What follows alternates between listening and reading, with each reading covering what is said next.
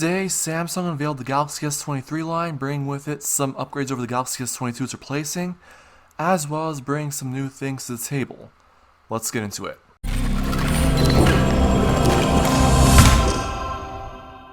This is the Samsung Galaxy S23, and you may have noticed it doesn't have a contour camera bump like the S22 before it, and the entire S21 series, which is what started that whole thing. Instead, going with 3 smaller camera bumps, which frankly is more pleasant. So, we're going to not only look at this, but also the S23 Plus, which obviously is bigger. So, let's start with the price.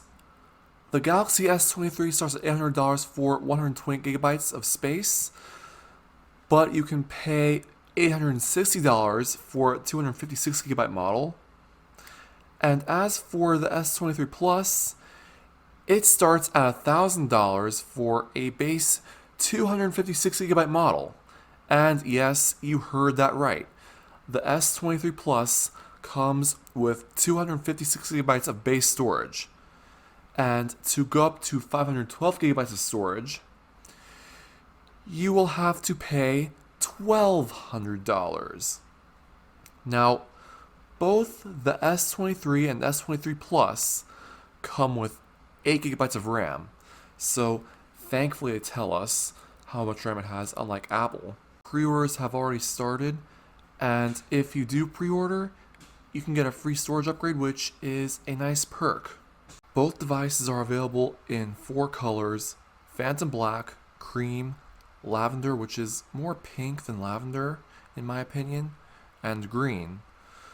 Though there are also 2 limited edition colors, which are Graphite and Lime. Let me know in the comments below what you think about these colors. Now on to what you really want to know about these phones: the specs. Both devices use the Qualcomm Snapdragon 8 Gen 2 processor, in the US at least. Bigger batteries, with the S23 having a 3900 mAh battery, whereas the S23 Plus comes with a 4700 mAh battery, as well as an updated selfie camera. Now, speaking of cameras, though the hardware hasn't changed, with a 50 megapixel main camera, a 12 megapixel ultra wide camera, and a 10 megapixel 3x telephoto lens, the Snapdragon 8 Gen 2's updated image signal processor is responsible for some image quality improvements. There is also a new selfie camera on both devices, like I mentioned.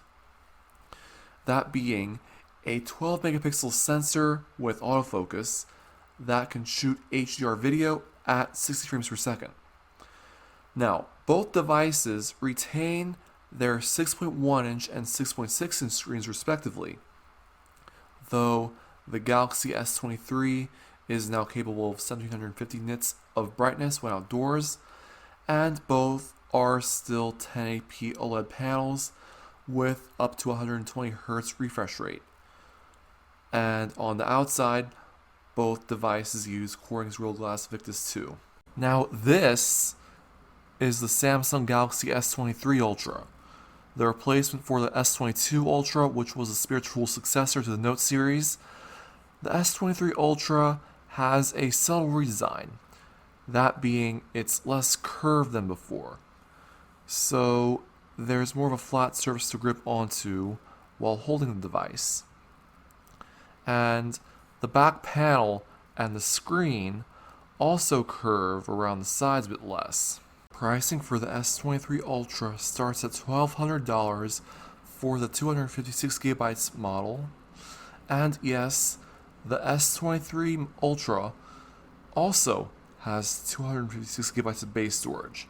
But to go higher, you have to pay $1,380 for 512 gigabytes and $1,620 for 1 terabyte model. And the 256 gigabyte model comes with 8 gigabytes of RAM, while the 512 gigabytes and 1 TB models come with 12 gigabytes of RAM.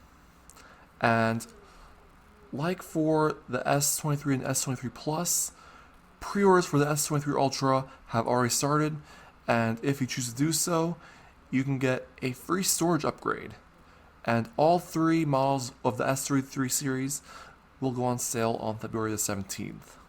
In terms of colors, the S23 Ultra also comes in Phantom Black, Cream, Green, and Lavender, all of which you can get on the S23 and S23 Plus as discussed, plus the limited edition Graphite and Lime colors, both of which are available on the S23 and S23 Plus as discussed. However, in addition to the limited edition Graphite and Lime, you can also get it in Sky Blue and Red. Let me know in the comments how you like those colors. The Galaxy S23 Ultra, like the S23 and S23 Plus, uses the Qualcomm Snapdragon 8 Gen 2 processor in US models. This chip is more power efficient, which is something that should help battery life, as the S22 Ultra's battery life was not a strong suit for the device. Now, in terms of the camera, the S23 Ultra gets a camera upgrade in this department.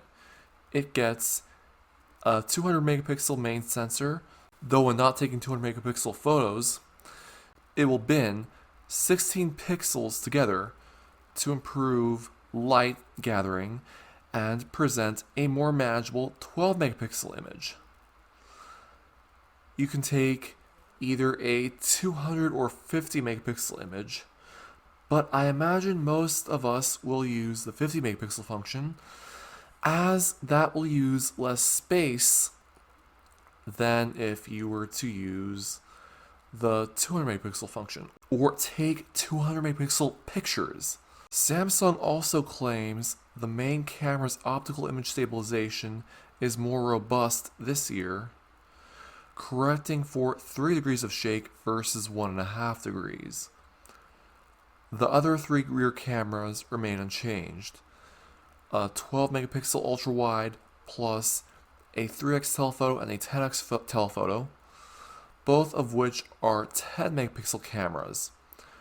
Now, we get an updated selfie camera, which is a 12 megapixel camera that is from the S23 and S23 Plus that I described earlier in the video. That is an S23 Ultra.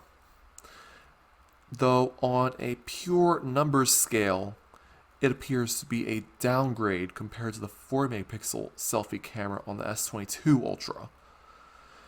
Now, the S23 Ultra retains its 6.8-inch 1440p OLED screen with a 120Hz top refresh rate, though there are a couple subtle changes. The display includes more battery-efficient materials.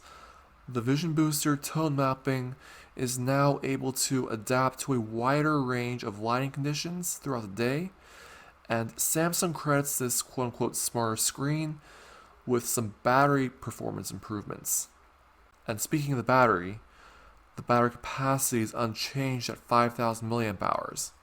If you found this helpful, then please make sure to rate, comment, and subscribe for more videos, and I'll see you next time.